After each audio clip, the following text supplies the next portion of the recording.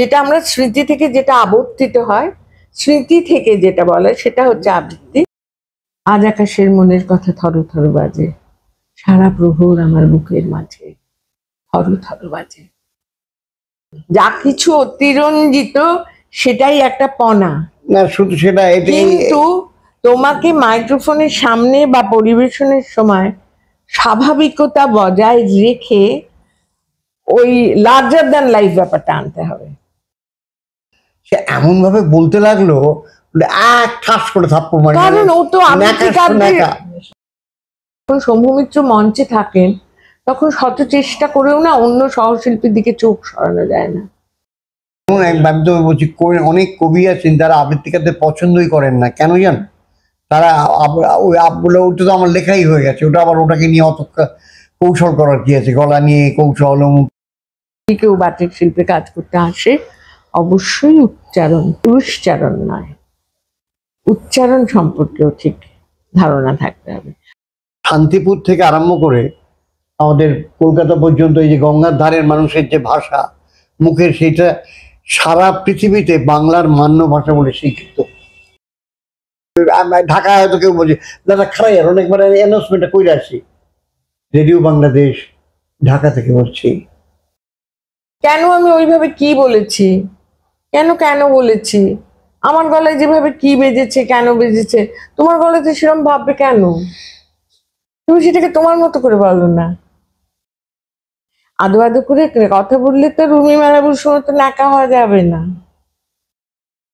মানে এইগুলো মানে অশিক্ষা, মানে কি বলবো, অশিক্ষা বলতে বাধ্য হচ্ছে, এটা অশিক্ষা। এইটাই হয়।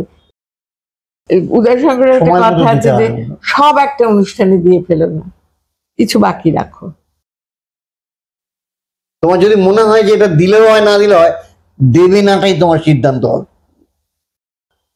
আমরা আর কি করতে পারি? আমাদের কাজটা মন দিয়ে করতে পারি, সৎভাবে, ভালোভাবে করতে পারি, ভাষার সেবা। তাদের দেখি লোকের কোনো উপকার হয় তো হবে, আমাদের মানছে হলো।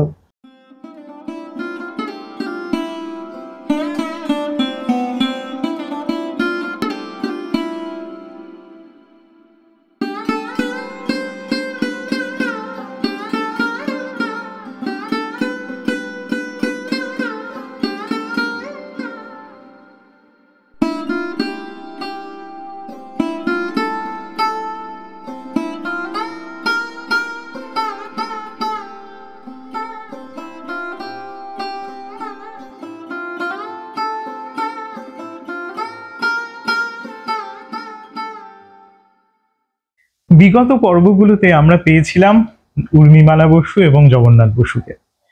আমরা জেনেছিলাম তাদের বেড়ে ওঠা, তাদের জীবন, তাদের যাপন। কিন্তু যারা বাচিক শিল্পের সঙ্গে যুক্ত আছেন, আমি জানি তাদের অল্পতে মন ভরবে না। মন অল্পতে আমাদেরও মন ভরেনি। যারা দর্শক আছেন, দর্শক শ্রোতা, তারাও খুব করে চাইছিলেন যে আরো কিছুটা সময় তাদের সঙ্গে কাটাতে। যারা এই শিল্পের সঙ্গে যুক্ত, তাদের মূল প্রশ্ন যে জায়গায় যে তারা কিভাবে নিজেদেরকে প্রস্তুত করবেন মানসিকভাবে এবং টেকনিক্যাল দিকগুলোতে। আমি তাদের কাছে অনুরোধ জানিয়েছিলাম যে আরো একটা পর্ব যদি তারা আমাদের সময় দেন, যে বাচিক শিল্পের খুঁটিনাটি সেই বিষয়গুলো আমরা যদি তাদের থেকে একটু জেনে নিতে পারি। আমরা আজকে বসে আছি সেই দুজন কিংবদন্তির সামনে, উর্মিমালা বসু এবং জগন্নাথ বসু। কেমন আছো তোমরা? যেমন চলছে সংসার, চলছে মোটামুটি। তোকে আর নমস্কার করে বললাম। ভালো আছে। আজকের পর্বটা যেভাবে সাজাতে চাইছিলাম, যে বাচিক শিল্পের খুঁটিনাটি টেকনিক্যাল জায়গা, সেই জিনিসগুলো নিয়ে। এবং আমি খেয়াল করছিলাম যে যে জিনিসটা আমাদের জীবনে একদম প্রথম থেকে থাকে সেটা হচ্ছে কথা বলা। আমরা একটা নির্দিষ্ট বয়সের পরে কথা বলা শিখি এবং সেটা অধিকাংশ সময় শুনে শুনে, সেইভাবে শুনে নকল করার চেষ্টা, সেভাবে আমরা কথা বলা শিখি। কিন্তু কথা বলাটা যে শেখা আলাদা করে, সেভাবে আমরা কখনো শিখি না। কিন্তু কোনো মানুষ আছেন, তারা যখন কথা বলেন, তোমরা যেমন, শুনতে খুব ভালো লাগে, শ্রুতিমধুর, এবং কিভাবে কথা বললে উল্টো দিকের যে মানুষটি আছেন তিনি আরো মনোযোগ দিয়ে শুনবেন। আমি প্রথম প্রশ্নটা তোমাদের কাছে রাখবো যে একজন মানুষ কথা বলাটা শিখবেন কি করে, মানে কথা বলার সময় তারা কি কি বিষয়গুলো মাথার মধ্যে রাখবেন? কি বলি এসব কথা, কথা তো শিখতে হয়, মানে শুনতে শুনতেই শেখা। তুমি যেটা নিজেই বললে, ওটা কিন্তু শুনতে শুনতেই শেখাটা হয়। এই ধর কেউ মা বলে ডাকছে, কেউ খাবো না বলছে বা খাবো বলছে, এই যে কথাগুলো একটা দুটো বলে, ওটা কিন্তু অন্য লোক বলছে, সেইটা শুনতে শুনতে সে তখন তার ভেতরে ওটা তৈরি হতে থাকে, তারপর ওটা বেরিয়ে আসে। এইটা হয়। কিন্তু আমাদের একটা কথা মনে রাখতে হবে, যে কথাগুলো যেন পরিষ্কার পরিচ্ছন্ন করে বলা যায়। অত ছোটবেলার কথা আমি বলছি না, তারপরে আস্তে আস্তে যেন পরিষ্কার পরিচ্ছন্ন করে বলা যায় কথাটা। ক্ল্যারিটি যাকে বলে, স্পষ্টতা, যেন স্পষ্টতা থাকে কথার মধ্যে। অনেক লোক আছে অনেক রকমভাবে কথা বলে, সেই কথাগুলোকে এখানে বলা যায়। যেমন ধরো কথা বলার মধ্যে হয়তো একটু সামান্য জড়িয়ে জড়িয়ে কিছু দেখতে দেখতে কথা বলছে, কিছু দেখতে দেখতে কথা বলছে, বা বলাটা বেশি কিছু করছে না, কিন্তু আর চোখে সব লক্ষ্য করে রাখছে। তুমি দেখো এখানে আমার ঠোঁট বেশি নড়ছে না, অল্প একটু নড়ছে। এইসব কথা বলার যে স্টাইলগুলো, এগুলো শিখতে হয়, এগুলো মন দিয়ে অবজার্ভ করতে হয় কিভাবে এটা করছে। ওই আর অবজারভেশন, চোখে দেখে কথা বলবার সময় গলায় যেন আর চোখে দেখাটা আসে। যেটা বলছিলাম, ওই যে আসছে, এই যে আমি দেখলাম ওই যে আসছে, আর চোখে দেখাটা আমার গলাকে আনতে হবে, তাই তো? কায়িক অভিব্যক্তিটা গলায় এলে, অভিব্যক্তিটা গলায় গলায় আনতে হবে। কায়িক আমরা যখন কথা বলি, না না না না না না, এই হাতটা এই এরকম ভাবে নাড়লাম, এটার সঙ্গে গলাটার একটা যোগ আছে, এখানে গলাটাও ঠিক সেরকম ভাবে ওইটার মতোই রিয়াক্ট করবে। কিন্তু পারফরমেন্সের সময় তুমি এটা এটা করলে হাত থেকে স্ক্রিপ্ট না পারবো, আমি যে শ্রুতি নাটকের কথা ভেবে বলছি না কথাটা, এমনি সময়, আমি এমনি সময়ের কথা ভেবে বলছি। ভঙ্গিটা আয়ত্ত করতে হবে, এই তো। আচ্ছা, তিনটে ফরম্যাট, যে কবিতা, নাটক এবং সঞ্চালনা, এই তিনটে ফরম্যাটেই আপনারা কাজ করেছেন, তোমরা কাজ করেছো, এবং সেখানে যখন কেউ কাজ করবেন, এই তিনটে ফরম্যাটের ফারাকটা, মানে তিনটে জায়গায় কোন কোন জায়গাগুলোতে আলাদা করছেন? সঞ্চালনাটা আমরা খুব একটা কাজ করিনি, উর্মি হয়তো কিছুটা করতে আমি পারে। তো দীর্ঘদিন সঞ্চালনার কাজ করেছি, আমি সঞ্চালনার কাজটা করতে পছন্দ করি না খুব, কিন্তু আমি অভিনয়টা পছন্দ করি, এবং কবিতাটা সঞ্চালনা ওই বলতে পারে, কারণ আমি সঞ্চালনা করি না। কিন্তু যারা করেন তাদের তো একটা এক্সপার্টিস দরকার হয় ওই ব্যাপারটায়।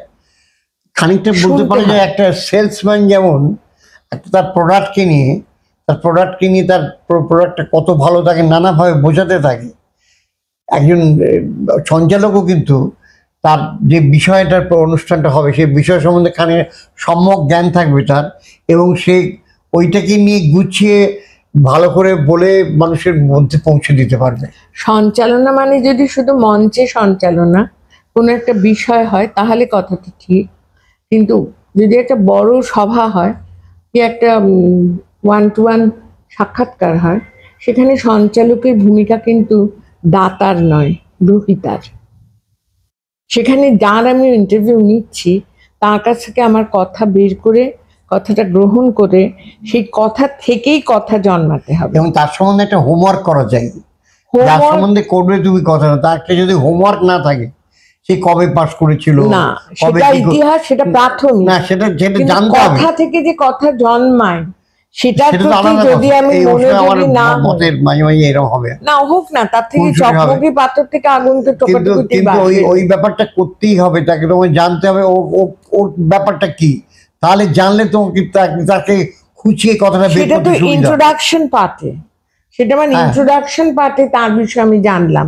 অথবা তিনি যদি উচ্চাঙ্গ সঙ্গীত নিয়ে কথা বলেন, আমার এই জ্ঞানটুকু আহরণ করে রাখতেই হবে যে কোন রাগটা রাত্রে গায়, কোনটা সকালে গায়, অথবা তিনি মানে কোন সময় অনুষ্ঠানটা করছেন। রেডিওতে এরকম হয়েছে যে হয়তো আমাদের বিষয় নির্বাচিত রয়েছে বর্ষা, অনুষ্ঠানটা হচ্ছে দুপুরে, তা আমরা তো তখন বর্ষারাতে শেষে গানটা নির্বাচন করে রেখেছি, এটা নাই, অথবা সেদিন খটখটে রোদ, হ্যাঁ, তখন যদি আমাদের কেউ বলেন এখানটা কেন বাজালি, উত্তর আমাদের দিতে হয়। এখন সঞ্চালকের তো এই ভেতরে ব্যাপারগুলো থাকে না, কিন্তু তার একটা সম্যক জ্ঞান থাকবে যে আমি কি করছি, কিন্তু জ্ঞানের প্রকাশটা তার দিক থেকে হবে না। আচ্ছা, আর একটা আমি কথা, সব জানি বলে সঞ্চালকে যদি কথা বলে, কারণ ক্যামেরাটা তো সঞ্চালকের দিকে নেই, ক্যামেরাটা তো যার সাক্ষাৎকার নেওয়া হচ্ছে মাঝে মাঝে তার সঞ্চালকের দিকে থাকে। হ্যাঁ, ঘুরুক, সেটা ঘুরুক, কিন্তু গল্পটা হচ্ছে যে সেখানে সঞ্চালকই যদি সব বলে ফেলে আমি সব জানি বলে, তাহলে ওকে কিছু কেন। এই কতগুলো পরিমিতি বোধ একটা ভীষণ বড় জিনিস, একটা যে কোনো জিনিস সঞ্চালনার পক্ষে। Thus far and no far. আর একটা কথা ওরা বলছেন, আমি একটা বইতে পড়েছিলাম, ওরা বলছেন যে তুমি তোমার মাইনাস পয়েন্টসটা কখনো আগে বলবে না। মাইনাস পয়েন্টস মানে কি হচ্ছে, তুমি হয়তো বলে যে আমার গলাটা আজকে ভালো নেই, আপনারা একটু ক্ষমা করে দেবেন, মানিয়ে নেবেন। এটা বড় করে না কেটে দিয়েছে, এটা বলা যাবে না। এই জন্যই তুমি যদি ওটা বলো, প্রথমেই লোকে ধরে নেবে যে ওর তো আজ গলাটা খারাপ ছিল। গলা খারাপ নয়, তখন বলবো ওর তো গলাটা আজ ভালো ছিল। কিন্তু আমরা এরকম সিম্প্যাথি অন করে অনুষ্ঠান করতে অনেকই দেখি। না, সেটা খুব বোকামি, ওটা ওইভাবে কখনো বলতে নেই যে আমি পারছি না, আমি পারবো না। আমি তো ভীষণ নার্ভাস থাকি, লোকে তো কিন্তু বলেই দেবে মাইকের যে সামনে উনি যে তো ভাবটাকে নিজেই আমি বললেন, ঠিকই আছি। উনি তো নিজেই বললেন ওর শরীরটা খারাপ, তো উনি আর কত ভালো করবেন। মেন্টাল একটা মেকআপ, আগ্রহ কমে না। মনের মধ্যে একটা ছবি তৈরি হয়ে যায়, সেটা আমারই দেওয়া। আরে উনি তো নিজেই বললেন ওনার আর শরীরটা ভালো নেই, গলায় সেটা আসবে না, লোকে সেটা বিশ্বাস করতে খুব পারফরমেন্স ভালো হয় না। ও যে শরীরটা ভালো নেই এটা পছন্দ করে খুব লোকে, বাহ এই শরীরটা খারাপ আছে, তার মধ্যে করছে। এটা তো ওর অর্জন। কিছু কিছু কবিতা আমার খুব ব্যক্তিগত বলে মনে হয়, হ্যাঁ, যে এই কবিতাটা বোধহয় যে পাঠের জন্য নয়, আমি ব্যক্তিগতভাবে করছি সেই জন্য ঠিক আছে। কিন্তু অনেক সময় দেখা যায় যে কেউ কেউ আবৃত্তি করছেন সেই কবিতাটা, এবং তখন মনে হয় যে সেই ব্যক্তিগত মুহূর্তটা যেন খুব বেশি ছড়িয়ে গেল অনেকের মধ্যে, সেটা চলে এলো। তোমার ব্যক্তিগত আমার ব্যক্তিগত কেন এক হবে? হ্যাঁ, সেটা হবে না, কিন্তু তোমার ব্যক্তিগত বলে তোমার সবার সম্মুখে শুনতে ইচ্ছে করছে না, শুনো না। আমার কাছে হয়তো সেটা ব্যক্তিগত নয়, আমার হয়তো মনে হয় সেই ব্যক্তিগত অনুভূতিটা আমি শ্রোতা দর্শকের মধ্যে সঞ্চারিত করব। সঞ্চারিত হলো কি না, যদি ধস্ত হয় সেটা অন্য কথা, কিন্তু একজন আবৃত্তিকার অথবা একজন বাচিক শিল্পী যদি সেই তোমার ব্যক্তিগত মুহূর্তটা তারও কোনো ব্যক্তিগত পছন্দের বলেই তো তিনি পরিবেশন করছেন, তিনি যদি সেই ছবিটা আঁকতে পারেন বা সেই জায়গাটা ধস্ত না করেন, why not? সব কবিতা কি মানে আবৃত্তিযোগ্য? নিশ্চয়ই। আবৃত্তিযোগ্য কবিতা আবার কাকে বলে? না আমি জানি না, মানে কাকে না, বলে? আবৃত্তিযোগ্য কবিতা এত বই বেরোচ্ছে, কাকে বলে? বলে বলে তোমারই সম্পাদনের বই আছে কাকে আবৃত্তিযোগ্য, বলে? এক্ষুনি দেখিয়ে দিতে পারি। বল কাকে বলে আবৃত্তিযোগ্য কবিতা? আবৃত্তিযোগ্য যেগুলো আবৃত্তি করলে লোকে নেবে। হ্যাঁ, এই সেই যে- জন্য রবীন্দ্রনাথ, সেই জন্য সুনীল গঙ্গোপাধ্যায় কেউ কথা রাখেনি ছাড়া কবিতা লেখেনি। না না, সেটা তো ভুল। রবীন্দ্রনাথ আফ্রিকা ছাড়া কবিতা লেখেনি। না না, সেটা তো ভুল। তাই কি? কেউ যদি ওই সেই শুধু সেই কবিতাগুলোই করে, বিপণনের কথা। না কেউ যদি শুধু সেই কবিতাগুলোই করে যেগুলো অত্যন্ত হিট করেছে, তাই তো হয়, এই বইগুলো তো কিছু বলতে বেরোয় পারলে সেই জন্যই। একটি কোনটা বলি, শোনো, কথাটা বইগুলো তো বলি। বেরোয় সেই জন্যই। আমার লেখা বই, আমার আবৃত্তি সম্পাদিত বই যেমন আছে, তেমনি আমাদের উভয়ের নাটকেরও অনেক বই সম্পাদিত আছে। সেটা পয়েন্ট নয়, পয়েন্টটা হচ্ছে যে আমায় তুমি যে ক্ষেত্র থেকে প্রশ্নটা করলে, কিছু নিমগ্ন কবিতা আছে যার ভার নিজের কান ছাড়া কেউ নিতে পারে না। অনেকে আছে এটা মনে করে যে কোনো আবৃত্তির ওইটা হয়তো হয় না, আমার সেদিন আবৃত্তিযোগ্য কবিতা বলে কিছু নেই। আমিও মনে করি, হয়তো আমার সেদিন সেটাই বলতে ইচ্ছে করলো। আজ আকাশের মনের কথা থর থর বাজে, সারা প্রহর আমার বুকের মাঝে থর থর বাজে। আমার সেদিনের মনের অবস্থা এই, আমি সেই মন নিয়ে অনুষ্ঠান করতে গেলাম, আমি সেটা বলে ফেললুম, না বলে আমার উপায় নেই, মনে থাকবে না। আমি নাচার। এরম নিমগ্ন কবিতা আমি কি বলতে পারি? তখন হয়তো কোণে তুমি বসেছিলে, তোমার হয়তো সেটা মন ছুঁলো, এটাও হয়ে হতে পারে, মনে থাকবে না। সেই অর্থে নেই। এই আলো, এই বিকেল, এই বেচা কেনা, এই কাজ, প্রেম, রাঙা জীবনের দেনা, এ নিবিড় পৃথিবীর নিজেদের হঠাৎ চেনা, মনে থাকবে না। এটা কি আবৃত্তিযোগ্য কবিতা? তবু কিছু থাকবে কোথাও, করো না। দেখো শোনো, তবু কিছু থাকবে কোথাও, এই আলো এই ছায়া যখন উধাও, বিকেলের উপকূলে বিকেলের শ্বাস ফেলে চুপচাপ ঝাও, আলো লাগা ভালো লাগা মন নেই তাও, তখনও হয়তো কিছু থাকবে কোথাও, তখনও থাকবে ছবি তোমার আমার, দেখবে পারো না একা হৃদয়ে তাকাতে তুমি, আর যতবার তাকাবে দেখবে কেউ আছে তাকাবার, অপলক চোখ যেন কার, তোমার চোখের পাশে হয়তো আমার। এটা ভীষণ একলার কবিতা। কি কবিতা? সঞ্জয় ভট্টাচার্য। এই কবি, হ্যাঁ এই কবি সঞ্জয়, এর কি কবিতাটা আবৃত্তির যোগ্য নয় কেন? আমার প্রশ্নটা তাই। এই আর একটা ব্যাপার হচ্ছে যে তুমি আবৃত্তিযোগ্য করে নিতে পারো কিনা, হ্যাঁ, সেটা তো করে নিতে পারো এটা কিনা। যেটা আমি বললাম যে সেটা তোমায় ধ্বস্ত করলে ধ্বস্ত হলো, আর যদি তুমি সেই মুহূর্তটা গড়ে তুলতে পারো তাহলে তো। এখান থেকে আমার মানে অনেকগুলি প্রশ্ন তৈরি হচ্ছে। একটা হচ্ছে যে কোনো একটা কবিতা আমি পাঠ করছি, আবার হচ্ছে আবৃত্তি করছি, মানে আবৃত্তি কাকে বলে? স্মৃতি থেকে যেগুলো বলা হয় এটা আবৃত্তি। আর পাঠ হচ্ছে এটা নয়। আমি এখন কবিতা পাঠ করছি, আমার হাতে বই আছে দেখে, কিন্তু আমি যখন আবৃত্তি করছি আমি স্মৃতি থেকে করছি। শুধু স্মৃতি থেকেই না, তার ভেতরে ঢোকবার একটা ব্যাপার আছে আর কি। পাঠ করলে ভেতরে ঢোকার নেই। হ্যাঁ, পাঠ করেও আছে, আমরা তো রেডিও নামটা পাঠ করেই করি, তো পাঠ করলে তাহলে ভেতরে সেটা কি ঢোকার করে নেই। হয় ওরকম? সে প্রচলিত অর্থ আমি যেটুকু জানি, যেটা আমরা স্মৃতি থেকে যেটা আবর্তিত হয়, স্মৃতি থেকে যেটা বলে সেটা হচ্ছে আবৃত্তি, আর যেটা আমি দেখে বলছি সেটা পাঠ। হ্যাঁ, কোথাও এরকম একটা ধারণা তৈরি হয়েছে যে আবৃত্তি এই বিষয়টা ন্যাকা ন্যাকা। হ্যাঁ, এবং আমি বলছি যে এটা হয়তো একটা কারণ যে একটা আবৃত্তি বলার মধ্যে সেখানে একটা নাটকীয়তা থাকবে। কেন থাকবে? এক্সপ্রেস আর যদি নাটকীয়তা না থাকে তাহলে আবৃত্তি হবে না। নাটকীয়তা কি নাকা নাকা? হ্যাঁ?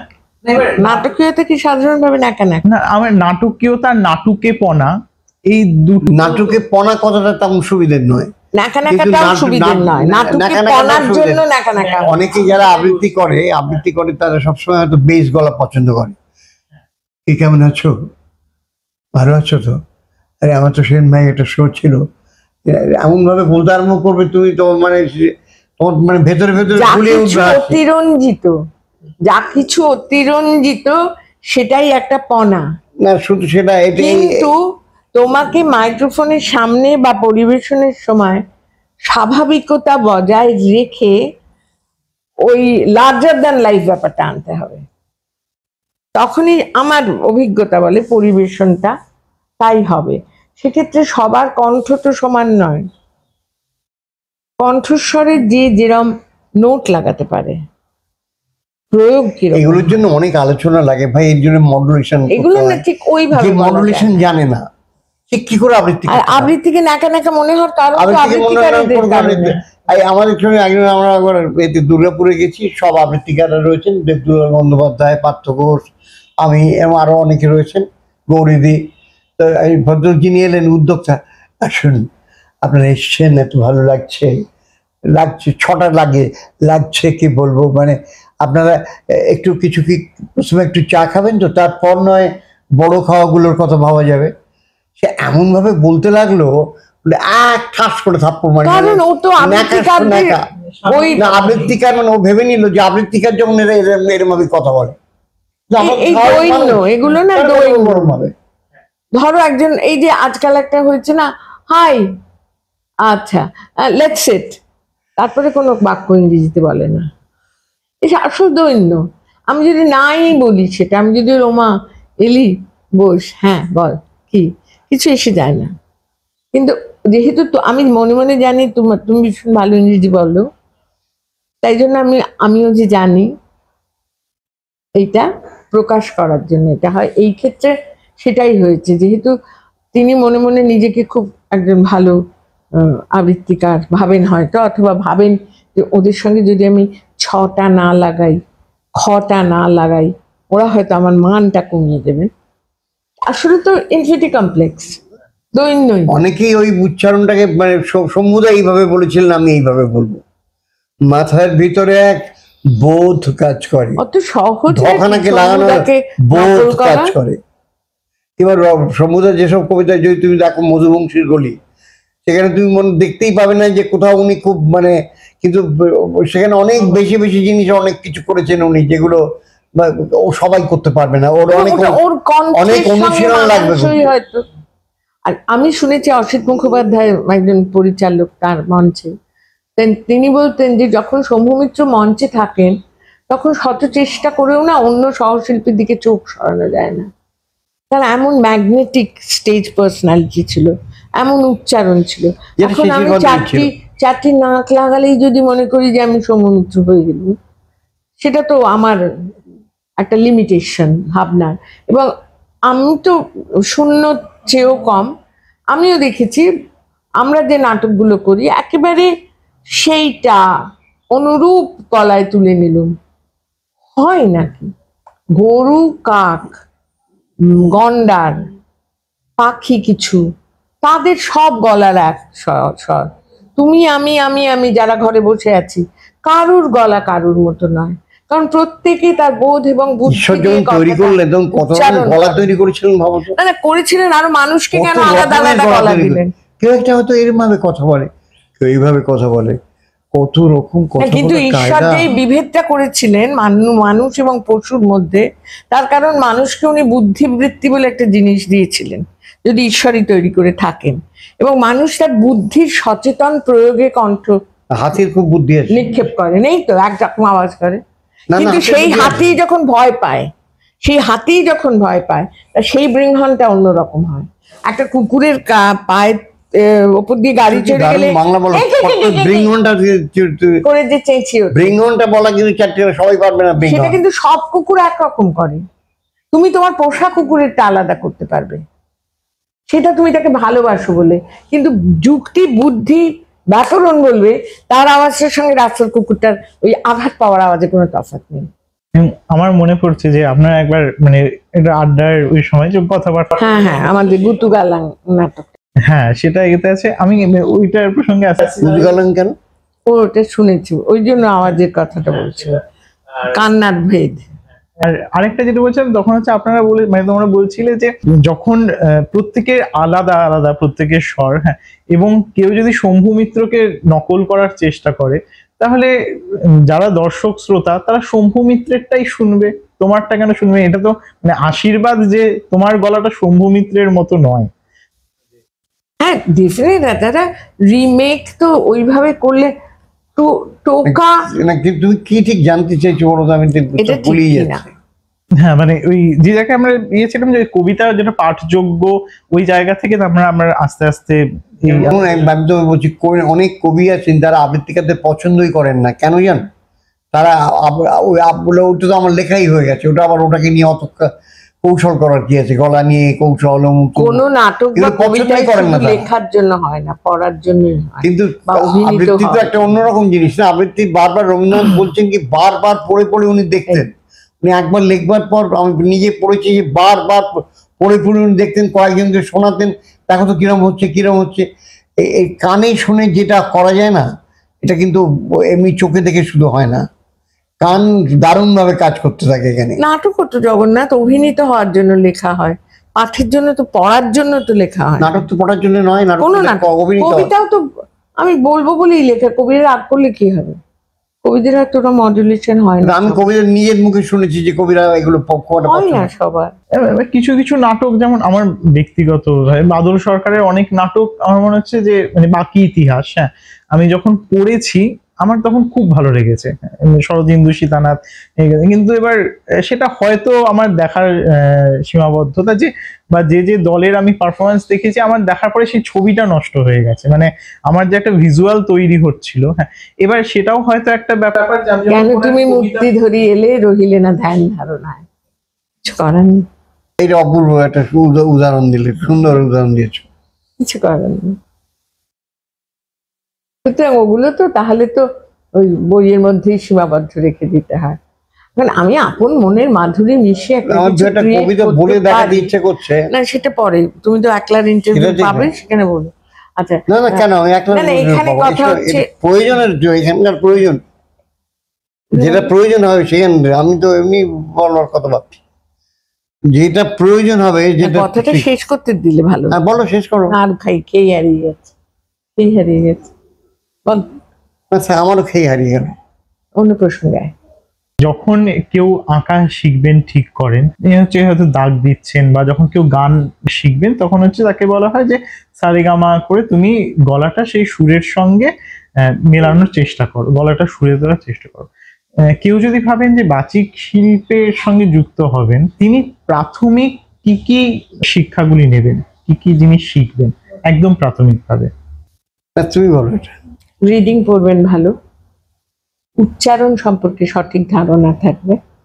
যে রিডিং ভালো পড়তে পারে সে সবটাই ভালো করে করতে পারে। একটু ইন্টারাপ্ট করছি, রিডিং ভালো মানে কি কেটে কেটে প্রত্যেকটা স্পষ্ট, নাকি প্রপার স্ক্যানিং এ? যেটা যেরকম বিষয় যেটা ডিমান্ড করবে। আমি যেটা দেখিয়ে দেবো, দুর্গেশনন্দিনীর ওই অংশটা যেমন 997 বঙ্গাব্দের নিদাক শেষে একদিন একজন অশ্বারোহী পুরুষ বিষ্ণুপুর হইতে মান্দারণের পথে একাকী গমন করিতেছিলেন। দিনমণি অস্তাচল গমনোদ্যোগী দেখিয়া অশ্বারোহী দ্রুত বেগে অশ্ব সঞ্চালন করিতে লাগিলেন, কেননা সম্মুখে প্রকাণ্ড প্রান্তর। কি জানি, যদি কালো ধর্মে প্রদোষকালে প্রবল ঝটিকা বৃষ্টি আরম্ভ হয়, তবে সেই প্রান্তরে নিরাশ্রয়ে যৎপর নাস্তে পীড়িত হইতে হইবে। প্রান্তর পার হইতে না হইতেই সূর্যাস্ত হইল। ক্রমে নৈশ গগন নীল নিরদমালায় আবৃত হইতে লাগিল। নিশারম্ভে এমন ঘোরতর অন্ধকার দিগন্ত সংস্থিত হইল যে অশ্বচালনা অতি কঠিন বোধ হইতে লাগিল। পান্থ কেবল বিদ্যুদীপ্তি প্রদর্শিত পথে কোনো মতে চলিতে লাগিলেন। এটাকে কেটে কেটে এটা পড়া। যদি এটা কিন্তু আমি প্রপার স্ক্যান করে পড়লাম। রিডিং মানে কেটে কেটে পড়া কেন? কেটে কেটে রিডিং স্ক্যান করা, স্ক্যানটা বিষয় অনুযায়ী, না না, বিষয় স্ক্যান ও অনুযায়ী স্ক্যানটাই scanning বলতে হবে। চেয়েছি, কেটে কেটে বলতে ও স্ক্যানটাই বলতে চেয়েছি। বিষয় অনুযায়ী স্ক্যানিং হিন্দিতে ধরো, রুকো মাত মারো, রুকো মাত মারো মানে হলো একটা, রুকো মাত মারো এর মানে হলো আরেকটা। যে কোনো পড়াই, কিন্তু তোমাকে রিডিংটা বুঝতে পারছো? স্বতঃস্ফূর্ত ভাবে ফ্লুয়েন্টলি পড়তে জানতে হবে, রিডিং অভ্যেস করতে হবে। যদি কেউ বাচিক শিল্পে কাজ করতে আসে, অবশ্যই উচ্চারণ, উচ্চারণ নয়, উচ্চারণ সম্পর্কেও ঠিক ধারণা থাকতে হবে। আবার আর যদি আমি একটা কথা হচ্ছে, যেটা যেটা ইম্পর্টেন্ট কথা, সেটা হচ্ছে যে শান্তিপুর থেকে আরম্ভ করে আমাদের কলকাতা পর্যন্ত এই যে গঙ্গার ধারের মানুষের যে ভাষা মুখের, সেটা সারা পৃথিবীতে বাংলার মান্য ভাষা বলে স্বীকৃত। সারা পৃথিবীতে বাংলা ভাষার যে বলবার ধরনটা প্রমিত বা মান্য যেমন ভাষা ধরো হচ্ছে। ঢাকায় হয়তো কেউ বলছে দাদা খারাই অনেকবার অ্যানাউন্সমেন্টটা করে আসি, রেডিও বাংলাদেশ ঢাকা থেকে বলছি, তার গলার সঙ্গে সঙ্গে গলা বলার ধরন একদম আলাদা হয়ে গেল। এবার যখন সে ওইটা বলছে, তাই হলো কারণ দাদা একটু অ্যানাউন্সমেন্টটা করে আসি। কেউ জল কেউ পানি, কিন্তু যখন আমি বলবো তখন আমি মান্য ভাষায় প্রচলিত মান্য শব্দ। তুই কি জানো, চীনেও যেখানে বাংলা ব্রডকাস্ট হয় সেখানে এই শান্তিপুর থেকে কলকাতা পর্যন্ত ভাষাটাকে নেওয়া হয়, ঢাকায় নেওয়া হয়, সমস্ত জায়গায় নেওয়া হয় যেখানে যেখানে বাংলা আছে। এবং বাকিগুলি তো আঞ্চলিক ভাষা নামে সেটা। আমি যদি বাঁকুড়া আঞ্চলিক যদি বলি, ভাষায়- আমি বানবাসী লোক বটি সেখানে আমাকে প্রপার উচ্চারণ, প্রপার ডিকশন, প্রপার স্ক্যানিং শিখতে হবে। একটা ভাষাকে আমি ছোট করতে পারি না। না, কিন্তু ওখানে যদি বলতে হয় তাহলে সে আমাকে ওদের ভাষা বললে তো সবসময় চলবে না সেটা। না না, কবিতাটা যখন বলবে তো ওদের ভাষা থেকে বলবে। যেটা এটাই লেখা আছে বলছি। সেটা তো বলতেই হবে। এবং সেই জায়গা থেকে একটা জিনিস জিজ্ঞাসা, যে এই প্রপার স্ক্যানিং এ পড়া, তার জন্য তো একটা ব্যক্তিগত বোধ একটা থাকতে হবে, এবং তার জন্য পড়াশোনা, সেটা অবশ্যই। হ্যাঁ, কুল হয় না। তার জন্য পড়াশোনা, এটা অনুশীলন, কঠোর পরিশ্রমের কোনো বিকল্প নেই। এইখানে বুঝি, বুদ্ধি দিয়ে বুঝি, অনুধাবন করি, এখান দিয়ে আমি যদি পড়ি, অনুধাবন না অনুধাবন করতে করি, পারি, তারপর উচ্চারণ করি। এই মানে উচ্চারণের কথা এলো, স্ক্যানিং এলো। হ্যাঁ, হ্যাঁ, এবার এই বোধের জায়গাটা আমি যে কারণে আনছিলাম, আমি নেম ড্রপ করছি না, হ্যাঁ, কিন্তু একটা খুব বিখ্যাত নাটক আপনারা যখন পাঠ করছেন, সেখানটা একটা অপূর্ব দৃশ্যকল্প তৈরি হচ্ছে, কিন্তু সেই নাটকেই আরো অনেকে যখন পড়ছেন তখন খুব মনে হচ্ছে যে মানে পুরো আপনাদের উচ্চারণের নকল, আমি নকল শব্দটাই ব্যবহার করি। আমি শুরুতে বললাম, সেটাই তো বললাম। তুমি যদি বোধহীন, ও বাবা ওটা আমি বাড়িতে নিয়ে গেলাম এ করে রেকর্ড করে, আমি পরের দিনে ওটাকে নামিয়ে দিলাম। আর নামিয়ে দেওয়া হয় না।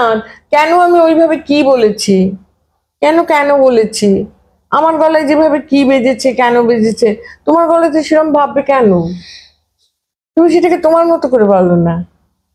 আদো আদো করে কথা বললে তো রুমি মারাবুর সময় তো ন্যাকা হওয়া যাবে না, কিন্তু বুঝে শুধুই ন্যাকামো যাকে জায়গাটা স্বীকৃতির জন্য ন্যাকামো ভালো করেন। লাগলো। কিন্তু বুঝে শুধুই ন্যাকামোর জায়গায় ন্যাকামো করেন, এবং জীবন ভোর প্রত্যেকটি মানুষের তাই করা উচিত। জগন্নাথ বসু হন, উর্মিমালা বসু হন, বা শুভজিৎ হোক, যেই হোক। নকল করলে তো কিছু হবে না। ওটা ওটা ও তো বোর্ড দিয়ে পড়ছে না, ওটা ও জাস্ট ওই ধ্বনিটাকে ওর নকল করছে। মাথায় আছে ধ্বনি, ধ্বনিটাকে নকল করছে, নকল করলে তো ওটা হবে না। চরিত্র হচ্ছে না। আর আমরা পাঠ করি না রে, আমরা অভিনয় করি, হয়তো ভিজুয়ালাইজ করি, আমরা তো সামনে থেকে কায়িক অভিনয়টা গলায় করি। হয়তো বললাম কেন বলুন তো, আমি যে উঠলামটাও তো গলায় করি, কি উঠে পড়ি? উঠলাম এই যে ওটাটা হলো, আমি বসছি, কিংবা আমি হাতে একটু চুষতে বসছি। দাঁড়ান, একটু জামা কাপড়টা পরে নিয়ে একটু একটু একটু তাতে জল জামাটা রাতে, হ্যাঁ হ্যাঁ, জল বলো, খেয়ে বলো, সব অভিনয় করি। শুনে দেখো তুমি, এর মনে আমি জল খাচ্ছি। সবটাই অভিনয় করি, এবং সেইগুলো না হলে এবং এইসব টেকনিক্যালিটিস যেগুলো এইগুলো করতে গেলে জানতে হয়, যেগুলো ওই যারা তুমি যাদের নাম করছো তারা এগুলো জানেন না, তাদের সেই অভিজ্ঞতাও নেই। তা তোমরা ভেবে দেখো, আমাদের একটা রেডিওর কি বিশাল অভিজ্ঞতা রয়েছে, তা আমার তো হবেই, আমরা তো পারা না পারা তো লজ্জা। কবে থেকে সেই সেকেন্ড ইয়ারে পড়ি তখন থেকে রেডিও নাটক করি। we go on updating ourselves, আমরা প্রত্যেক মুহূর্তে নিজেদের আপডেট করি। আমি সেদিন একটা কোনো বিজ্ঞাপনে নাম করতেই পারি, অনির্বাণ একটা খাচ্ছিল, আর মানে ওটা মশলার দিয়ে কাজটা করেছিল। খাওয়া মানে কিন্তু এমন আওয়াজ নয়, খাওয়া মানে এই যে ওই যে ভেতরের দাঁতটা দিয়ে কাঁচা ভালো করে, হ্যাঁ, সামনের দাঁত দিয়ে ইনকে ছিঁড়ে খাওয়া, আর আওয়াজ, এই দাঁতগুলো আছে। কেউ মুড়ি আমি খাচ্ছে, মুগ্ধ হয়ে শুনলাম। এবং পরের তো কেউ জানুক না জানুক, আমার তো সেই মুহূর্তে তো আমি একলব্য, আমি তো অ্যাপ্লাই করব। এটা হচ্ছে ফান, খেলা, এটা চ্যালেঞ্জ, এবং আমি এই করেই তো আমার শিল্পের উৎকর্ষ কথা ভাববো। ও যখন পারলো কেন পারবে? সেটা হচ্ছে যে ভয়েস অফ জার্মানিতে আপনার কবি সুমন বলেছিলেন যে আপনি সেখানে অভিনয় এক জায়গায় করেছিলেন, যে সেখানটায় একজন মানুষ এক্ষুনি আপনি করলেন যে জল খাওয়াটা, সেটা হচ্ছে যে অভিনয় দিয়ে করলেন। এবার দেখা যায় অনেকে আবৃত্তির ক্ষেত্রে যখন আবৃত্তি করছেন তখন একটা মিউজিক্যাল অনেক কিছু এবং জগঝম্প সেই বিষয়গুলো থাকছে। বাদল সরকারের থার্ড থিয়েটার সেটাকে একটা উচ্চাঙ্গের নাট্য ফর্ম, থিয়েটার ফর্ম বলে ধরা হয়। সেখানে উনি মূল যে জায়গাটার উপর জোর দিচ্ছেন সেটা হচ্ছে অভিনয়, এবং পোশাক বা রাজার, কেউ হচ্ছে রাজার পোশাক পরে আসছে না, এমনি হয়তো সে অফিস ড্রেসেই চলে আসছে, সে এসে সেখানে অভিনয় করছে। দর্শকের বুঝতে অসুবিধা হচ্ছে না যে সে রাজা, তার অভিনয়ের জন্য। তা এই আবৃত্তির ক্ষেত্রে যে এই তাহলে কি সেখানে মানে অভিনয়ের ওপর শিল্পী তার অতটা ভরসা করতে পারছেন না, নাকি এটা কতটা প্রয়োজনীয়তা আছে মিউজিকের? আর অভিনয় না না, খুব মানে কোয়েশ্চেনটাই আপত্তিকর। আমি তার কারণ বলে দিই, গোলমেলে এই জন্য আমার মিউজিকটা কিন্তু একটা পার্ট অফ দ্য প্রোগ্রাম, মানে ওই মিউজিকটা কিন্তু ওটা নিয়ে মিউজিক, সাউন্ড এফেক্টস, এগুলোর সঙ্গে অভিনয়, এগুলোর সঙ্গে সব যোগাযোগ আছে। ওটাকে বাদ দেওয়া মানে ওটাকে বাদ দিচ্ছি মানে ওটাকে আমি দুর্বল বলে মিউজিক নিয়েছি তা নয়। কিন্তু মিউজিকের তো অঙ্গ, যেমন যাত্রা পার্টিতে কেউ কেউ বলে, কোনো মানে যারা একটু মানে তেমন যাত্রা পার্টি নয়, আমি সবাইকে বলছি না, হয়তো একটা একটু করুণ দৃশ্য করতে করতে বলছে হিন্দি বেলাকে বলছে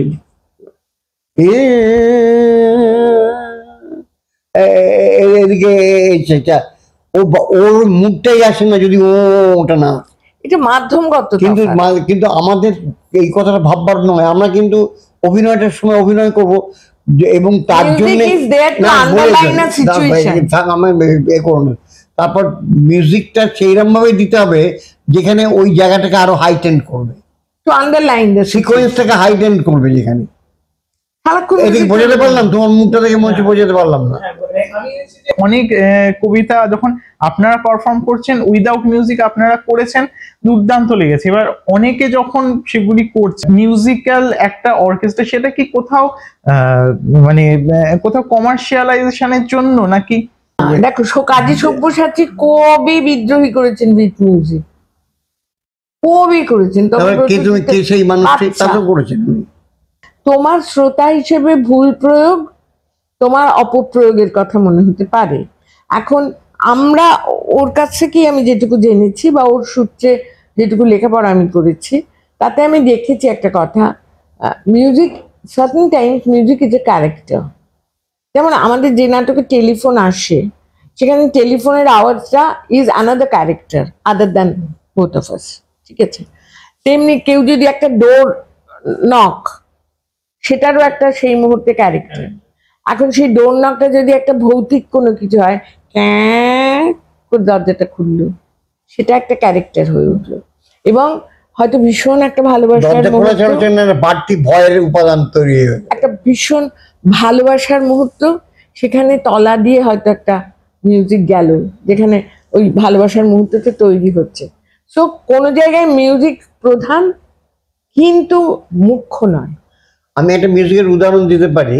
আমি একটা করেছিলাম চরিত্রহীন বলে, শরৎচন্দ্র এই গল্পটা থেকে আমি একটা নাটক করেছিলাম রেডিওতে, একটা নাট্য ফেস্টিভ্যালেতে।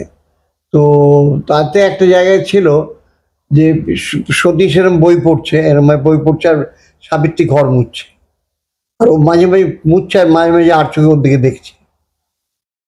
কাছাকাছি এসে তখন পিঠে হাত দিয়েছে সাবিত্রী। সতীশ বাবু, আপনি এরকম করতে পারলেন? সাবিত্রী, শোনো, আমি কি বলছি শোনো তুমি। তারপর সারেন্ডার করে বা এরকম একটা কিছু হয়। সেখানে আমি মিউজিক করেছিলাম একটা সেতারের, প্রথম যখন গায়ে হাতটা দিল, সেতারের একটা চিকারি, এবং তার followed by English flute. English ফ্লুটটা মানে একটা মানে ওই এর ফ্লুট নয়, যেটা ওই গ্রামে গঞ্জে বাজে সেই ফ্লুটটা নয়, ভারী ফ্লুট, একটা ভারী ফ্লুট। এবং তারপর ভারী ফ্লুটের পর টিং টিং টিং টিং। আমি ওই জায়গাটাকে মানে এই বোঝাতে চেয়েছিলাম, এই জায়গাটা খুব পবিত্র একটা জায়গা। এই জায়গার মধ্যে শুধু শরীর নেই, এখানে শরীরের চেয়ে একটু অতিরিক্ত কিছু আছে। এইটা বোঝাবার জন্য আমি ওই মিউজিকটা কিন্তু ওরা কিছুতেই না, ওরা করতে পারছিলেন না অভিনয়টা। আমি বলি এদিকে আসুন, ওটা আমার কন্ট্রোলে ডেকে নিলাম, শুক্লা বন্দ্যোপাধ্যায় আর দিলীপ রায়কে। ওরা এলেন, আপনি যখন গায়ে হাতটা দিচ্ছেন না, তখন এই মিউজিকটা নেবেন। আর কিছু বলতে হলো না, সিজন আর্টিস্ট তো সঙ্গে সঙ্গে চলে গিয়ে পাঠটা করে দিচ্ছ। এটা তোমায় বুঝতে হবে যে কোন জায়গায় তুমি কি দেবে, কি এফেক্ট তুমি চাইছো। তুই যদি ওটা না বুঝে খালি করুন বা একটা পেথস দিয়ে দিন, একটা পেথস দিয়ে দিন দাদা, একটা পেথস দিয়ে দিন দাদা। একটা কবিতা শুনলাম কদিন, কল ঘরে চিলের কান্না, রবীন্দ্রনাথে। কবিতাটা উচ্চারণ হওয়ার আগে এত চিলের আওয়াজ,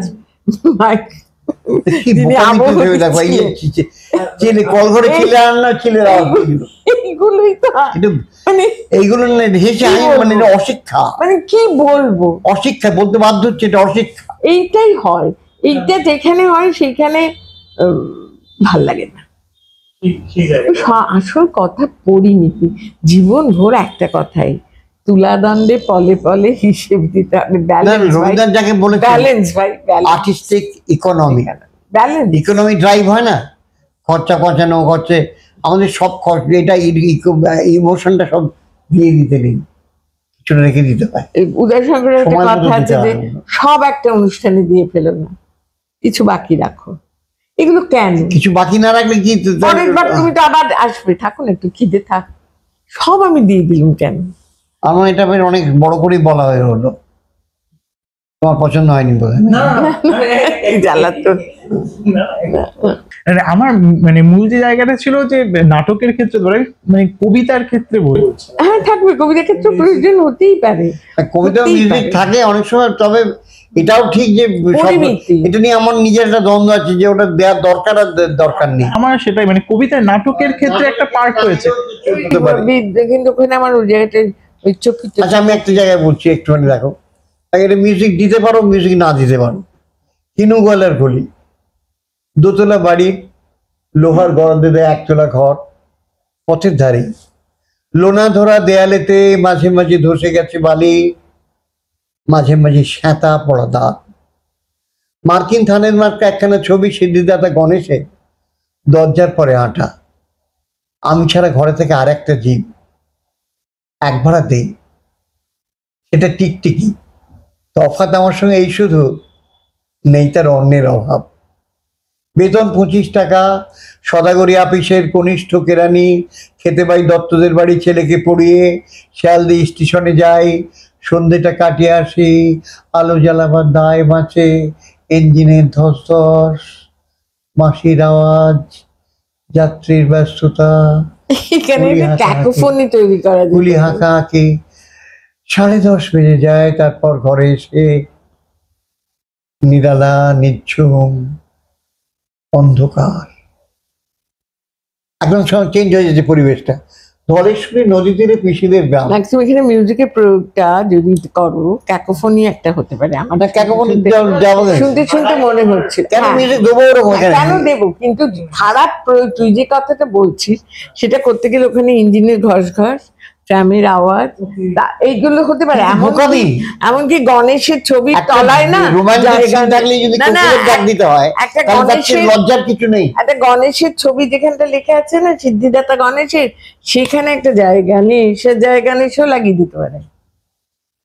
মানে খারাপ প্রয়োগের কথা আমি বলছি, মিউজিকের খারাপ প্রয়োগে কি কি হয়। অকারণে বিরুদ্ধে। আর আরেকটা কথা একটা বইতে বলছে, আমি পড়েছিলাম, যে তুমি যখন মিউজিক দিয়ে দেখছো যে এটা দিলেও হয়, না দিলেও হয়। দিলেও ক্ষতি নেই, আবার না দিলেও যে একবারে ক্ষতি আছে তা নয়। ওরা বলছে when you are in doubt then cut it। তোমার যদি মনে হয় যে এটা দিলেও হয়, না দিলেও হয়, দেবে নাটাই তোমার সিদ্ধান্ত হবে। রিস্ক করার দরকার নেই। রিস্ক না। আপনার হঠাৎ দেখাতে সলিল চৌধুরী, আপনি বলেছিলেন আগে অনেকবার, হ্যাঁ, যে খুব ভেঙে পড়েছিলাম আমি। তারপর উনি বুঝিয়েছিলেন ওই এফেক্টটাই ওখানে। মিউজিক তোমরা কিংবদন্তি এই বিষয়ে কোনো সন্দেহ নেই, মানে তোমরা নিজেরা, আমি জানি যে স্বীকার করবে না বা অস্বস্তির জায়গাও তৈরি হবে, আমি সেটাও, কিন্তু এটা তো মানে যে তোমরা অভিভাবক, এই সময়ে যারা বাচিক শিল্পে আসছেন তারা অভিভাবক, এবং তারা বিভিন্ন রকম, যে কিছুক্ষণ আগে তুমি বলছিলে হাই হ্যালো, এরকম কোথাও একটা হাই হ্যালো, এই শব্দগুলো যেন বাংলা ভাষারই লব্জ হয়ে উঠেছে, যেন এগুলি বাংলা ভাষা হয়ে উঠেছে, এবং সেগুলি নিশ্চয়ই শব্দ প্রয়োগ করলাম হয়তো আমার ইন্টারভিউতে, কিন্তু আমি খুব ভালো পরিপূর্ণ বাংলা বাক্য বলতে পারি, বলতে ভালোবাসি। ওটা আমার কাজের ভাষা, হয়তো কাজের সূত্রে কিছু ইংরেজি শব্দ এসে গেল। ধীরে ধীরে যে বাংলা ভাষার একটা মাধুর্য মানে আস্তে আস্তে নষ্ট হচ্ছে তার বিকৃত প্রয়োগে। না, তোমরা করছো না, হ্যাঁ, আমরা মানে কেন কি করছি তো আমরা একদম, আর কেন কি আলুর দম। আমার প্রশ্ন ঠিক বলবো না, হ্যাঁ, মানে তোমাদের তো সেই জায়গাটা আছে, তোমরা কান মুলে ঠিক করে দেবে যে এটা এইভাবে করো না, এটা এইভাবে করো। এত সাহস আমার নেই, আমাদের মানছে হলো, এত সাহস আমার নেই। আমরা সব জানি, আমাদের নিজস্ব মহলে বলতে পারি। যেমন জেব থাকলে যে ধরো কালকে সবাই ভাবে আম্মু পারি, ওই আমিও সুমনের পারি। কথা আম্মু পারি। আমার তোমার সঙ্গে যখন দেখা হয়েছিল, ওই ওই যে এই যেটা নয়, একটা জের যে প্রয়োগ বলো না, যেটা যে আগের বাক্যের সঙ্গে বলবো না, এটা বোঝাতেই তো প্রাণ।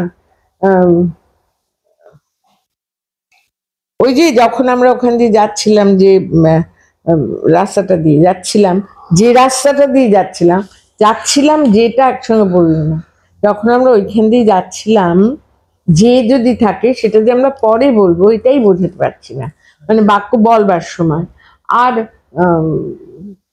চন্দ্রবিন্দু নিয়ে তো বুঝতেই পারি হাসাহাসি হয়, কিন্তু আমি চোখে দেখেছি অভিজ্ঞতা, চমৎকার অডিশন দিল একটি মেয়ে, কিন্তু 5-এ চন্দ্রবিন্দু দিল না বলে তাকে বাদ দিয়ে দেয়া হলো।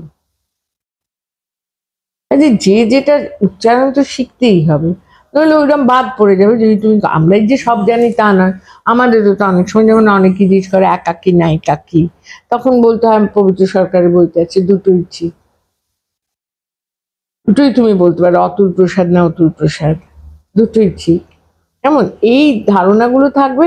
আর অভিভাবকত্ব ওই আমার বসের মতো ছবিতেই মনে হয় যে অফিসে অভিভাবকদের নিয়ে যাওয়া হয়, বাস্তব জীবনে কি হয়? কিন্তু এরকম ভাবে যদি চলতে থাকে ধীরে ধীরে তো মানে ধস নামছেই। আমরা আর কি করতে পারি? আমাদের কাজটা মন দিয়ে করতে আমি পারি, সৎভাবে আমার ভালোভাবে করতে পারি, ভাষার সেবা তাদের করি। দেখি লোকের কোনো উপকার হয় তো হবে। কিন্তু আমার হাতে নেই ভুবনের ভার। প্রশ্ন মানে একটা ঘটনা আমি একটু শেয়ার করছি, যে একজন খুব নামকরা আরজে তিনি পারফর্ম করছেন এবং রেডিওতে যখন তার অনুষ্ঠানটা মাঝখানে বিরতি নিচ্ছেন, 2 মিনিটের বিরতি, সেই সময় তার মধ্যে ভাবনা এলো, তিনি পরে সেটা শেয়ার করেছেন সোশ্যাল মিডিয়াতে, যে আমার ওই সময় ভাবনা এসছে যে এই 2 মিনিটে আমি একটা রিল বানিয়ে নিই, তাতে আমার ফেসবুকে একটা ফলোয়ার বাড়বে বা তাদের জন্য একটা এঙ্গেজমেন্ট এরকম হবে। বলছে যে এটা ভাবার সঙ্গে সঙ্গে আমার মধ্যে একটা প্রবল অনুশোচনা তৈরি হলো, যে আমি আমার কাজটা মন দিয়ে করছি না। এই 2 মিনিটে আমার ভাবার কথা যে 2 মিনিট পরে আমি যখন আসব সেইখানে আমি ওই সময়টার জন্য আমার নিজেকে প্রিপারেশন নেওয়ার কথা, প্রিপেয়ার হওয়ার কথা, কিন্তু আমি সেটা করছি না। আমি ওই সময়টা আমি ডাইভার্ট হচ্ছি যে একটা রিল বানিয়ে নেওয়ার জন্য। তা এই যে এটা এখন একটা সব শিল্প মাধ্যমেই, যে তোমার যত ফলোয়ার আছে তুমি মানে সেই বিষয়টাই জানো কি না জানো, শিখে এসেছো কি না শিখে এসেছো, সেটা ম্যাটার করে না। তোমার যতটা পপুলারিটি, তোমার যতটা চেনাশোনা, যত ফলোয়ার, সেইভাবে তুমি কাজ পাবে। ফলে অনেকে অযোগ্য অনেক মানুষ কাজ পাচ্ছেন, অনেক যোগ্য মানুষ। অফিসেরই ডিমান্ড এইভাবে, এটা তোমার কেটার করতে হবে। মানে এখন যে আরজেদের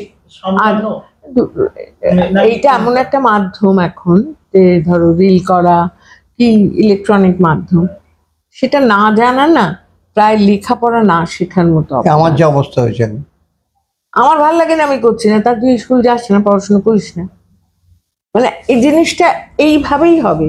যখন রেডিও ছিল না, টেলিভিশন এলো, তারপরে এখন যে মডার্ন একদম আধুনিকতম এআই, ভয় করে, ওসব ভয় করে আমার। মানে আমি একটু পারি না বলে অজানার ভয়। যেমন সেদিন দেখছিলাম একটা এআইতে ইয়াং অশোক কুমার আর ওল্ড অশোক কুমার কথা বলছে, সঞ্জীব কুমার, অমিতাভ বচ্চন, মানে এমন ভাবে তৈরি করেছে, মানে ভীতিপ্রদ এবং অবাক একসঙ্গে।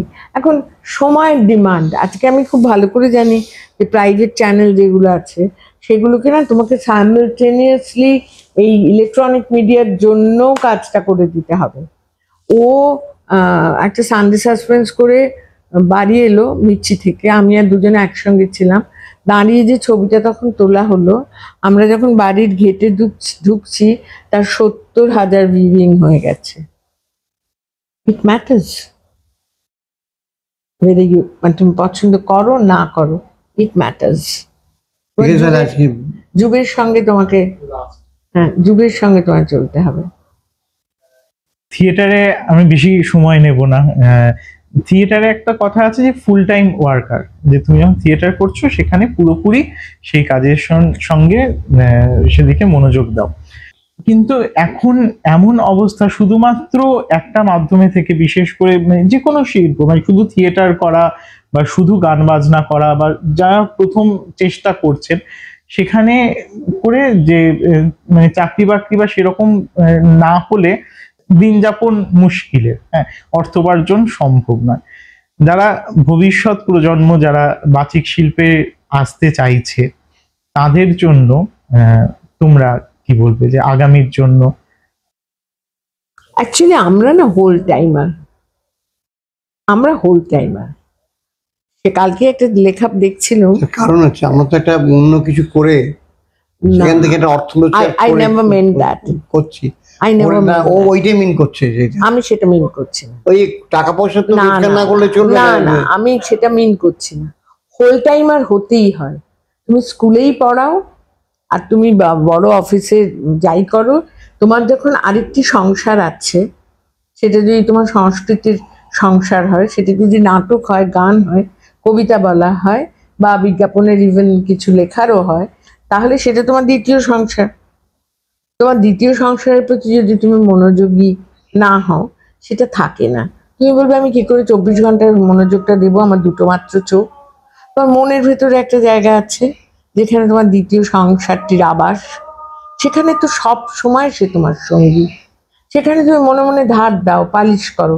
আমরা অন্তত, আমি মেয়েদের সম্পর্কে বলতে পারি, আমাদের না কোনো সকালের শিফট, রাত্রের শিফট নেই। আমরা 24 ঘন্টা ইন্টু 7, 365 ডেজ কাজ করি, এবং তার মধ্যে আমার ওই সংসারটিও থাকে, সে আমায় জুড়ে থাকে। আমি খুন্তি নাড়ার সময় তার আমার অভিব্যক্তির কথা ভাবতে পারি, সবটাই তো মনে মনে। আমি বাচ্চাকে ঘুম পাড়াতে গিয়েও ভাবতে পারি এই সংলাপটা আমি কেমন করে না বলবো। দেখো, তোমার মতো সবাই তো পারবে না, এটা তুমি হওয়া যেভাবে পরিশ্রম উচিত। করে কাজ করতে আমি পারো। বলছি এটা উচিত। তুমি যে কথাটা বলছো তার উত্তরে আমি বলছি যে আমার সংসারে চাল না থাকলে আমি কি আর এত মনের দ্বিতীয় সংসারের কথা ভাবতে পারবো? আমি চালও আনবো, মাল্টিটাস্কিং হতে হবে। আমি পারি না বলে কোনো শব্দ নেই। পারিবে না, কেন পারিবে না তাহা ভাবো একবার। 5 জনে এগুলো পারিবে কিন্তু যা, আমাকে বলা তুমিও হচ্ছে, পারি না, আমি কাউকে যেহেতু বলছি রান্না না। করতে পারি না, তুমি সেগুলো খুব নিজেকে ইম্পর্টেন্ট লোক এমনি, কিন্তু এই কথা আমি তোমাকে ভাবছি এরকম ইম্পর্টেন্স দিচ্ছি না। আমি এটা ইন জেনারেল বলতে চাইছি ভবিষ্যৎ প্রজন্মকে, যে মাল্টিটাস্কিং হতেই হবে। ভালোবাসার জিনিসের জন্য কোনো সময়াভাব কারুর কখনো হয়েছে এ কথা ইতিহাস বলে না। যে মাধ্যমটিকে তুমি অন্তরে লালন করছো, সর্বক্ষণ বহন করছো, সেখানে যদি তোমাকে সার্থক বা সফল হতে হয়, তাকে তোমার বুকের মধ্যেই রাখতে হবে, চর্চায়, মননে এবং নিভৃত অনুশীলনে। নিজের স্ত্রীর প্রতি এরকম মুগ্ধতা দেখালে কি লোকে বিরক্ত হয়? সেটা তো আবার ও বলতে পারবে না, ও বলতে পারবে, সেই জন্যই বলছি। ও তো পিসি।